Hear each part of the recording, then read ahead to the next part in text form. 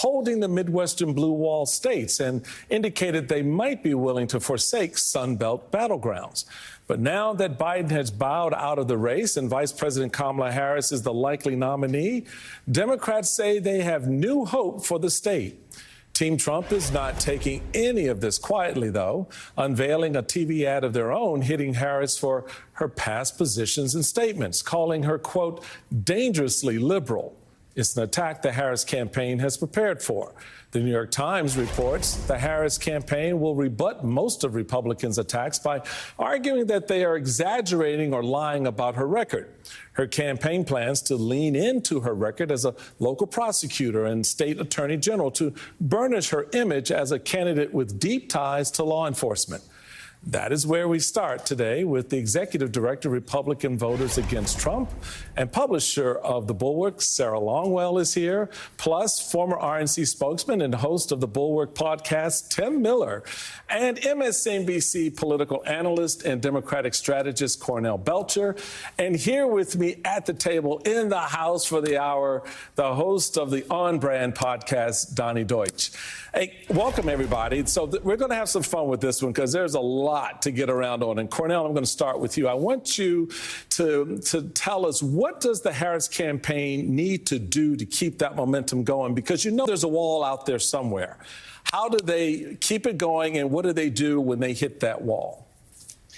Well, I'm going to be Debbie Downer and say that I don't think the goal is to keep the momentum going, because I think that's a really tough thing to do. I think momentum is natural. I think you're going to see that at the grassroots. And if you look at what's happening at the grassroots, I'm right, like that wasn't created, Michael, at the campaign by some smart consultant. That was created at the grassroots with people online making memes and making videos, right? That's organic. But what the campaign must do is what you see them doing right now. And I've said this before, right? The vice president is known. She has name ID, but people don't really know her story. Mm-hmm. And what I think the first ad does, and look, messaging are stairs, right? That you don't start off where you end.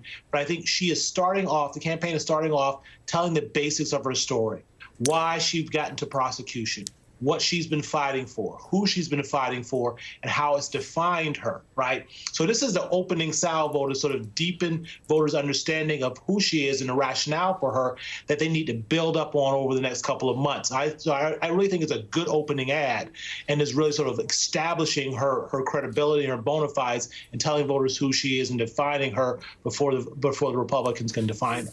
So, Donnie, it's to Cornell's point, it's less about the momentum and a little bit more about the branding right now. The momentum will take care of itself, but the branding is critical. And as a branding guy, you got the prosecutor and the felon. Yeah. Everybody seems to love that theme. Is that something that holds up? What do you think? Everything is about contrast. It's interesting. It's ironic that Trump said the other day when he asked about debating her, and he said, I don't know. People know us both pretty well. No, they know you. They know Mr. you. Trump. They don't know her, and that's the good news. It's right. A blank piece of paper. Obviously, she's going to have to answer for some of the things in the past when she was running in the primaries. But, she's got a blank piece of paper. And the key words that were in that ad were, we're not going to look backward. Everything to me in this campaign is going to be new versus old versus young, tomorrow versus yesterday, fresh versus stale. And I think that there's so much to work with there that I think this was a good introduction, solid, mm-hmm. nothing earth-shattering there. I mean, meat and potatoes all in there, but I think a lot of good blocking and tackling. But good images. Good images. It's all there. The prosecutor thing is going to continue to be a main selling point, because for anybody that wants to paint her as too liberal, it brings her back to the middle. The prosecutor, crime stopper. Right. I think we're off to a good beginning. I do think, interesting, I'm going to challenge Cornell a little bit. I do think you can keep the momentum going. I think because Trump is such an old story at this point, right. The media just naturally goes to, what do we got here? This is a new thing here. Right. And there's a lot of excitement with that. Well, there's a lot of excitement with that, but there's also, Sarah, a little bit of danger with that. So now you've got two scenarios that we've set up here. We've got the momentum scenario and you've got the branding scenario.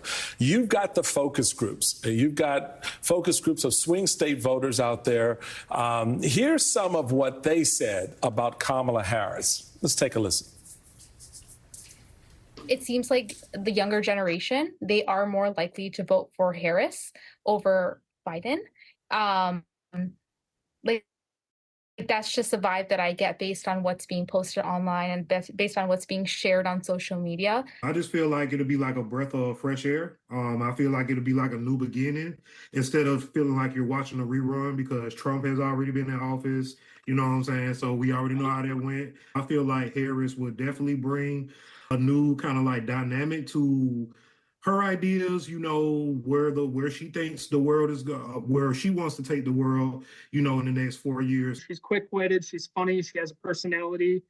Obviously, being a female, there are people out there that don't want to vote for a female president. I think those same people are ones that would not vote for Biden either. Sarah, how does the momentum and the branding influence these voters? And what are you hearing as a result of what Harris has done so far? Well, look, the swing voters have been sort of the most depressed group as I've talked to them over the last year. There's a reason we started calling them the double haters, right? They did not like either of their choices. And so, like you heard in some of those clips, what we hear from a lot of these voters is just elation at the notion of having a new choice. And so for them, and look, what we're talking about people not knowing Kamala, that is really true. For a long time among swing voters, she's had sort of a negative impression. But the negative impression wasn't based on anything in particular other than people felt like they didn't see her, they didn't know her, they didn't know what she was about or what she did. And so people right now are saying, hey, let me hear your pitch. I want to know what you're about. I want to know what you stand for.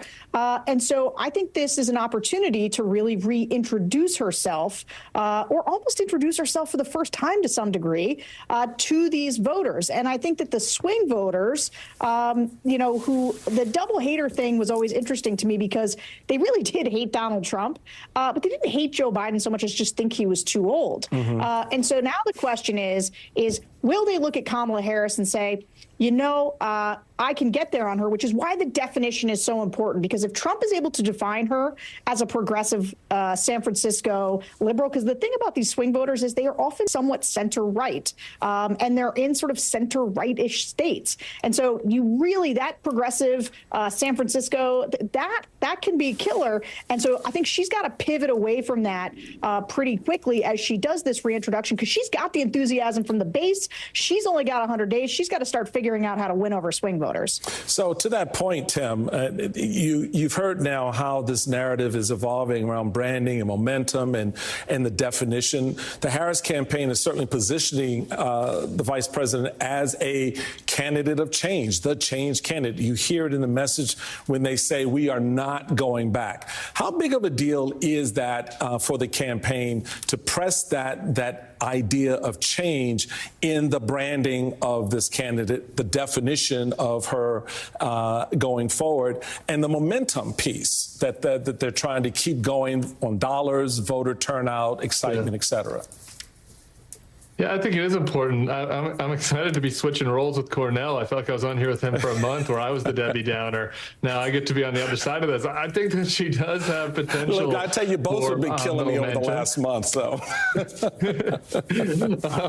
think she has potential for momentum. Look, we're a polarized country. It's not like we're going to wake up next week, she's up 55-45 or something. But I think there is the potential for increased momentum, both in the polls and in dollars. She has a vice presidential pick next week that's going to speak to this question of both momentum and brand. It will say something about her brand, who she chooses for the VP, and then she'll have a convention on the heels of that, with which she can further define her brand. So there's this long runway here where she's going to be center stage for a few weeks.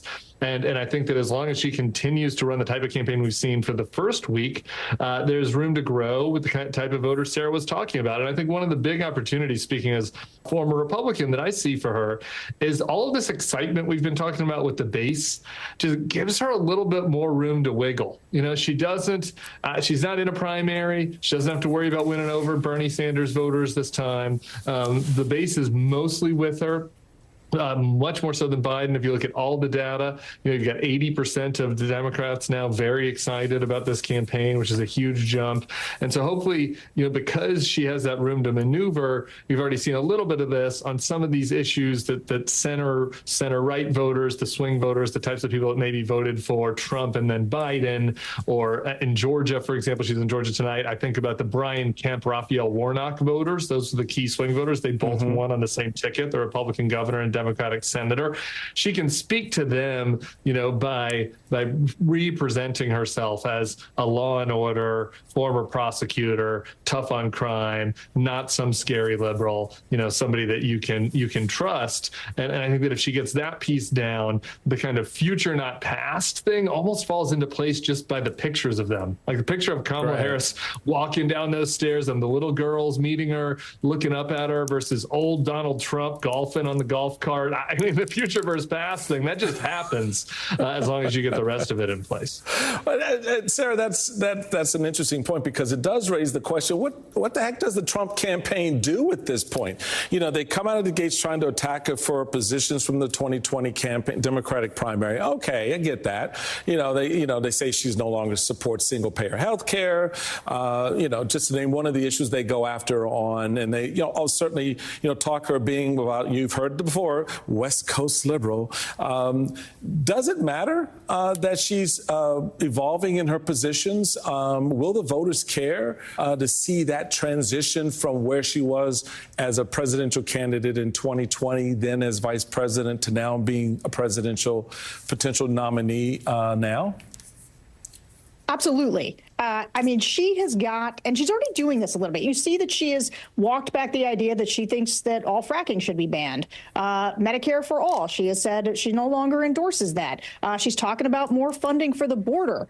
Those are good things for swing voters in swing states. And I think that Donald Trump did not expect to be running they were completely calibrated for a Joe Biden race, right? They were framing things in terms of mental acuity, age, and now, unfortunately, for Donald Trump, he has to live in that frame where she is the young candidate. But they are trying to go as fast as they can to peg her as that San Francisco liberal. And if she doesn't let them, right, if her actions say otherwise, if her policies say otherwise, she is going to have to, though, explain why she changed her mind. And I think there's an easy way to say that, right? She has been vice president for 3 years. She's gained a tremendous amount of experience. She now understands what it means to be running to govern 350 million people in an enormous, diverse country. And I think if she's able to articulate how she's evolved on these issues, that is something that she can really do to win over these swing voters. And for people who are kind of beating her up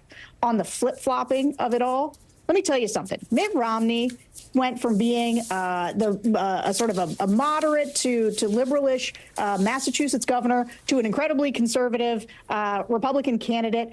People do this all the time, right? They change their public profile based on the office they're running for. She can do this. If J.D. Vance can call Trump America's Hitler, and then become his vice president, there is certainly room for her to do some pivoting to the center. There's a whole runway worth of room if that's where you're going to go. So, Cornell, that sort of begs the question for me. I mean, what do you think about this mattering to, progressives and others? Can she move to the center safely in this campaign? It seemed to me that a lot of progressives immediately began to coalesce around her once it was clear she was going to be at the top of the ticket. How do you read it?